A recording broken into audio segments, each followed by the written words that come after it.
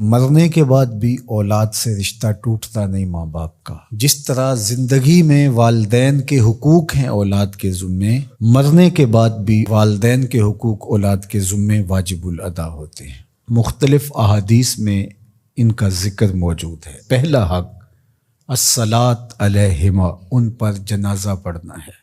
تجہیز و تکفین تدفین اس کے زمرے میں آتی ہے۔ وہ اولاد خوش نصیب ہے جو اپنے ماں باپ کا یہ حق ادا کر پاتی ہے، ورنہ ایسے بد نصیب لوگ بھی ہیں جنہیں جنازہ آتا نہیں ہوتا اور ساری زندگی لوگوں کے جنازوں میں جا کے رسم ادا کر کے آ جاتے ہیں، اور جب اپنے ماں باپ انتقال کر گئے تو یہ دھوکہ پھر ان کے ساتھ بھی انہیں کرنا ہوتا ہے۔ تو وہ کیا سوچ رہے ہوں گے کہ یہ ماں باپ کے مرنے کے بعد ان کا پہلا حق تھا جو ہم نے ادا نہیں کیا۔ دوسرا حق استغفار لہما، ان کے لیے بخشش کی دعا کرنا، مغفرت کی دعائیں کرنا، اے اللہ ان کی مغفرت فرما۔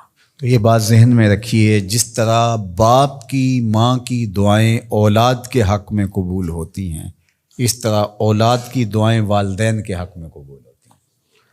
تو ان کے لیے استغفار کیا جائے۔ ایک شخص فوت ہوا اور اپنی بدعمالیوں کی وجہ سے قبر میں جکڑا گیا، تو بعد میں اچانک اس سے عذاب اٹھا لیا گیا کچھ عرصے کے بعد۔ تو بارگاہ عزدی میں عرض گزار ہوا، مالک میرے اعمال تو ایسے نہیں تھے کہ مجھے ان مشکلوں سے نکال کے کھڑکی کھول دی گئی جنت کی، تو کہا کہ تیرے مرنے کے بعد تیری بیوی کے ہاں جو بیٹا پیدا ہوا، تیرا بچہ پیدا ہوا، پھر اس نے اس کو پروان چڑھایا، اب وہ بولنے لگا اور اس کو وہ درس گاہ میں چھوڑ آئی، تو استاد نے اس کو پڑھایا، بیٹا پڑھو بسم اللہ الرحمن الرحیم، تو اس نے یہ پڑھا، مجھے شرم آئی کہ اس کا بیٹا مجھے رحمان الرحیم کہہ رہا ہے اور میں اس کو عذاب دوں۔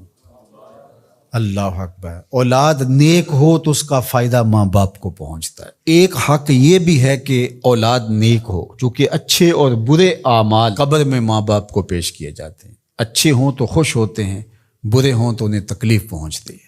اس لیے ماں باپ کا مرنے کے بعد جو اولاد کے ذمے حق ہے، ان میں سے ایک حق یہ ہے کہ وہ نیک اور صالح ہوں تاکہ ان کو قبر میں راحت پہنچے۔ تیسرا حق ماں باپ کا جو اولاد کے ذمے ہے وہ انفاذ العہد ہے، ان کے عہد پورے کرنے، ان کے وعدے پورے کرنے۔ یعنی انہوں نے جو عہد کر رکھا تھا کسی وجہ سے پورا نہیں کر سکے تو اولاد کے ذمے ہے کہ وہ اس کو ادا کرے۔ وہ عہد اللہ سے بھی ہو سکتا ہے اور اللہ کی مخلوق سے بھی ہو سکتا ہے۔ اللہ سے کوئی منت مانی تھی، پوری نہیں کر سکے، اسی طرح مخلوق کے ساتھ کوئی وعدہ تھا، اس وعدے کی تکمیل نہیں ہو سکی تھی تو ان وعدوں کو پورا کرے۔ اس طرح قرض دینا تھا کسی کا اور انتقال کر گئے تو اولاد اس کو اپنی طرف سے ادا کرے۔ اس کا اگر مال ہے تو اس کے مال سے ادا کر کے اس کے بعد پھر جو ہے وہ اس کی وراثت تقسیم ہوگی، اور اگر مال نہیں بھی تھا تو پھر بھی اولاد کے ذمہ ہے کہ اپنے باپ کا قرض ادا کرے۔ اور یہ اگر جنازہ پڑھنے سے پہلے کر دیا جائے تو یہ سب سے اچھا اور سب سے بہتر ہے۔ ایک تو یہ ہے کہ انہوں نے جو وعدے کر رکھے تھے، ان کے جو عہد تھے وہ پورے کرے، لیکن اس کے زمرے کے اندر وہ واجب کی سطح تک تو نہیں ہے، لیکن ان کے حقوق میں سے ہے کہ ان کے معمولات خیر کو جاری رکھے۔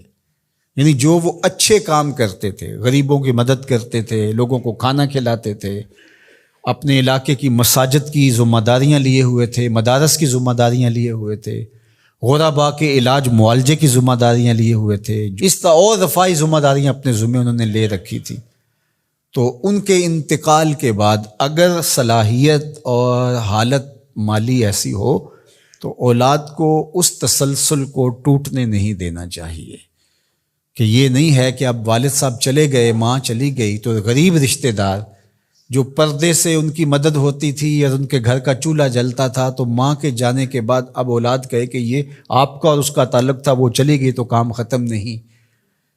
اس معمول کو جاری رکھیں، قبر میں ماں کی روح خوش ہوگی، روح بھی خوش ہوگی، اور اس کا اجر آپ کو بھی ملے گا اور برابر اتنا ہی اجر آپ کے ماں باپ کو بھی قبر میں ملے گا، اس لیے کہ اس کار خیر کو شروع انہوں نے کر رکھا تھا۔ تو جو معمولات خیر ہیں ماں باپ کے، ان کو جاری رکھا جائے۔ چوتھا حق ماں باپ کا مرنے کے بعد جو اولاد کے ذمے عائد ہوتا ہے وہ ہے بر الاصدقاء، حسن سلوک کرنا باپ کے دوستوں کے ساتھ اور ماں کی سہیلیوں کے ساتھ۔ خالہ ماں کی جگہ پہ آتی ہے اور چچا باپ کی جگہ پہ آتا ہے، تو ماں کے انتقال کے بعد جو ماں کی طرف سے رشتہ داری کا سلسلہ ہے اس کو توڑ نہ دیا جائے کہ اب ماں نہیں رہی تو رشتے بھی ختم، اس طرح باپ نہیں رہا تو رشتے بھی ختم، تو ان کے ساتھ صلہ رحمی کی جائے۔ مرنے والے والدین کے حقوق کو کون ہے ایسا دین جو اس طرح بیان کرے گا؟ آج دنیا یورپ کی بات کرتے ہیں، وہ تو زندہ ماں باپ کو اولڈ پیپلز ہوم میں چھوڑ آتے ہیں۔ ایک ماں 10 بچوں کو پال لیتی ہے، 10 بیٹوں کو ایک باپ پالتا ہے، پھر 10 بیٹے مل کر ایک باپ کو نہیں پال سکتے۔ تو خوش نصیب ہیں وہ لوگ جو اپنے ماں باپ کی خدمت کو شعار زندگی کہتے ہیں۔